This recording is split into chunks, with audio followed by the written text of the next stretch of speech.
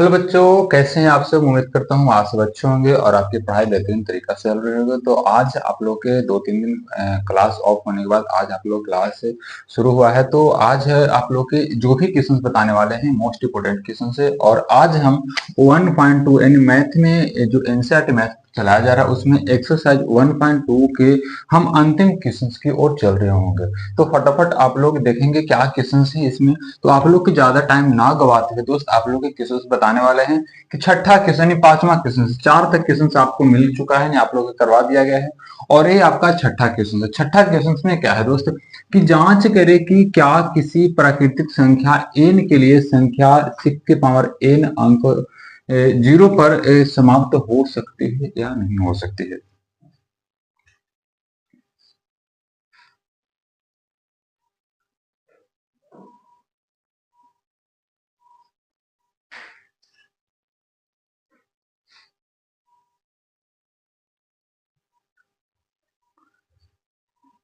Zero पर समाप्त हो सकती है या नहीं हो सकती। दोस्त यहाँ पे क्या करना है हमको हल, इसमें जो क्वेश्चन है थोड़ा सा समझेंगे।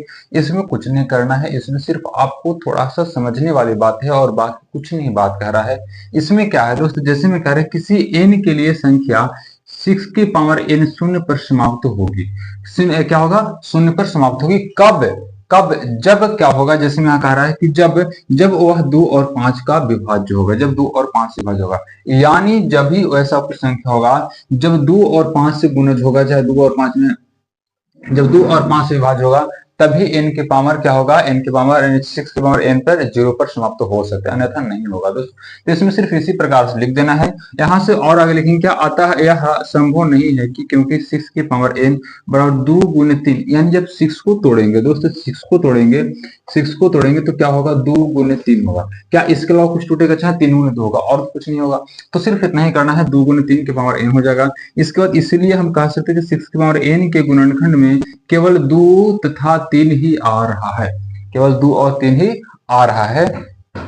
तो यहां से कह सकते हैं कि जो अंकगणित के आधारभूत प्रमेय की अद्वितीयता के हमें यह बताता है, यह हमें यह, एक मिनट यहाँ पे डबल हो गया दोस्तों, यहाँ पे हमें यह निश्चित करती है कि 6 के पावर n के गुणनखंड में केवल 2 तथा 3 ही प्राप्त होगा।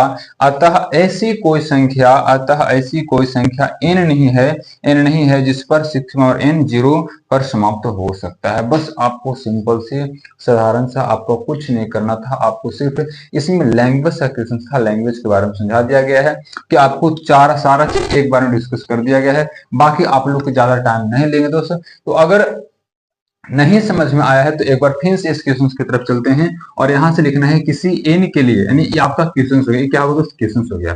लेकिन किसी n के लिए संख्या 6 की पावर n शून्य पर समाप्त होगी जब वह 0 और 5 से विभाज्य होगा, जब वह 0 और 5 से विभाज्य होगा। यह संभव नहीं है क्योंकि 6 की पावर n बराबर 2 गुने 3 का पावर n होगा। और इसके बाद इसलिए 6 की पावर n का गुणनखंड में केवल 2 तथा 3 ही आ रहा है। अंकगणित के आधारभूत प्रमेय की अद्वितीयता हमें यह निश्चित करती है, यह बताती है कि 6 के पावर n के गुणनखंड में केवल 2 और 3 ही आ रहा है, बाकी कुछ नहीं आ रहा। और होने के लिए करना चाहिए 2 और 5 होना चाहिए, लेकिन 2 और 3 आ रहा है, 2 और 3 ही प्राप्त होगा। तो अतः हम कोई ऐसा n संख्या नहीं है जिस पर 6 की पावर n 0 पर समाप्त होगा। तो दोस्त उम्मीद है आप लोग बिल्कुल इस क्वेश्चन को समझ गए होंगे। नेक्स्ट क्वेश्चन की तरफ चलते हैं। नेक्स्ट क्वेश्चन क्या है, तब तक इस बोर्ड को हम साफ करते हैं दोस्तों। तो बोर्ड को साफ करते हैं और नेक्स्ट क्वेश्चन क्या है थोड़ा सा समझते हैं। देखिए नेक्स्ट क्वेश्चन क्या है, इससे ज्यादा आप लोग का टाइम नहीं लेंगे दोस्तों, फटाफट इस चैप्टर को समाप्त करेंगे। उसके बाद हम 1.3 की तरफ चलेंगे और थोड़ा सा फिजिक्स भी अभी लेट चल रहा है तो साइंस में नहीं पढ़ाई हो रहा है, तो साइंस को भी हम लेकर कवर करके चलेंगे। चलिए, तो एक जो छठा क्वेश्चन से क्या दोस्त तो देखेंगे आपका, देखिए आपके यहाँ पे जो क्वेश्चन दिया गया है 6 का क्वेश्चन दिया गया है कि व्याख्या कीजिए कि, यहाँ पे देखिए थोड़ा सा आप लोगों के सामने क्वेश्चन लिख दे रहे हैं कि व्याख्या कीजिए कि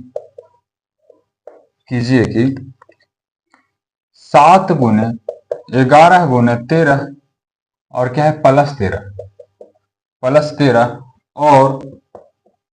और 7 गुने 6 गुने 5 गुने 4 गुने 3 गुने 2 गुने 1 और प्लस 5 भाज भाज संख्या भाज संख्या क्यों है? तो कह सकते हैं भाज संख्या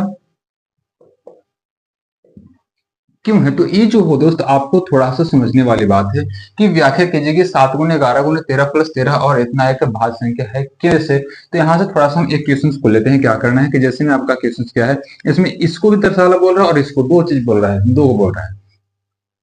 तो यहाँ से लेंगे दोस्तों 7 गुने 11 गुने 13 और प्लस 13 इस प्रकार से। तो इसको कैसे हम कर रहे हैं, थोड़ा कर इसको हम आगे बढ़ाएं तो चाहे तो आप पूरा में गुना कर देंगे और गुना करके आप 13 को जोड़ेंगे। अगर सम संख्या आता है तो बिल्कुल आपका भाज्य होगा और दूसरे में कटने वाला तो भाज्य होगा और नहीं कटने वाला तो नहीं होगा। भाज्य संख्या, एक मिनट, भाज्य संख्या किसे कहते हैं? तो भाज्य संख्या के बारे में थोड़ा सा आप लोग से डिस्कस कर दूं, यानी अभाज्य संख्या के अपोजिट यानी कह सकते हैं। तो थोड़ा सा बताते पहले इस क्वेश्चन को।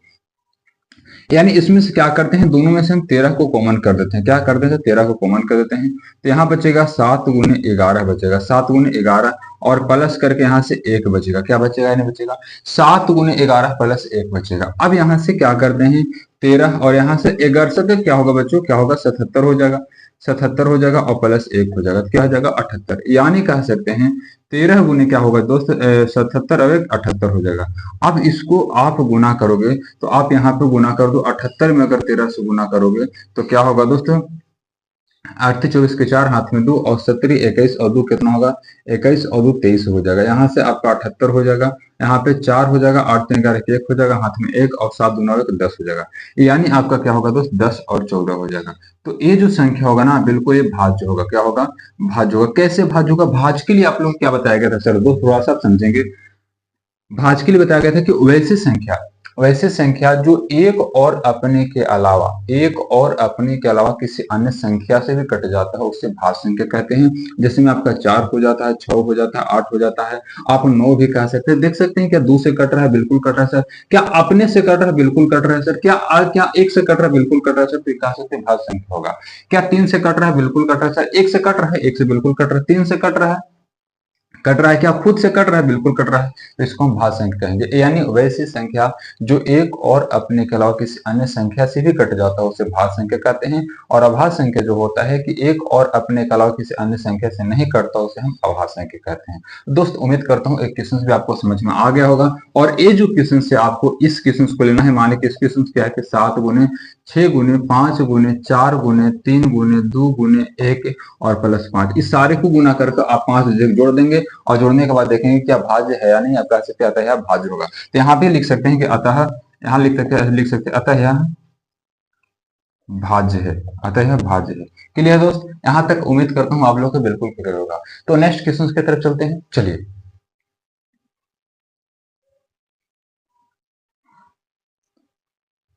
चलिए दोस्तों नेक्स्ट क्वेश्चन की तरफ चलते हैं और नेक्स्ट क्वेश्चन क्या है थोड़ा सा समझेंगे। चलिए एक जो क्वेश्चन हम आप लोग के नहीं लिख रहे हैं, यानी 7वां क्वेश्चन आपको होगा, 7वां एक लास्ट क्वेश्चन होगा, 7वां क्वेश्चन थोड़ा सा समझेंगे। 7वां क्वेश्चन क्या है दोस्त, आप लोग को बता दूं। देखिए 7 क्वेश्चन क्या है, आप बुक से अगर आपके पास एनसीईआरटी का बुक होगा तो 1.2 से देख सकते हैं कि किसी खेल के मैदान के चारों ओर एक वृत्ताकार पथ है।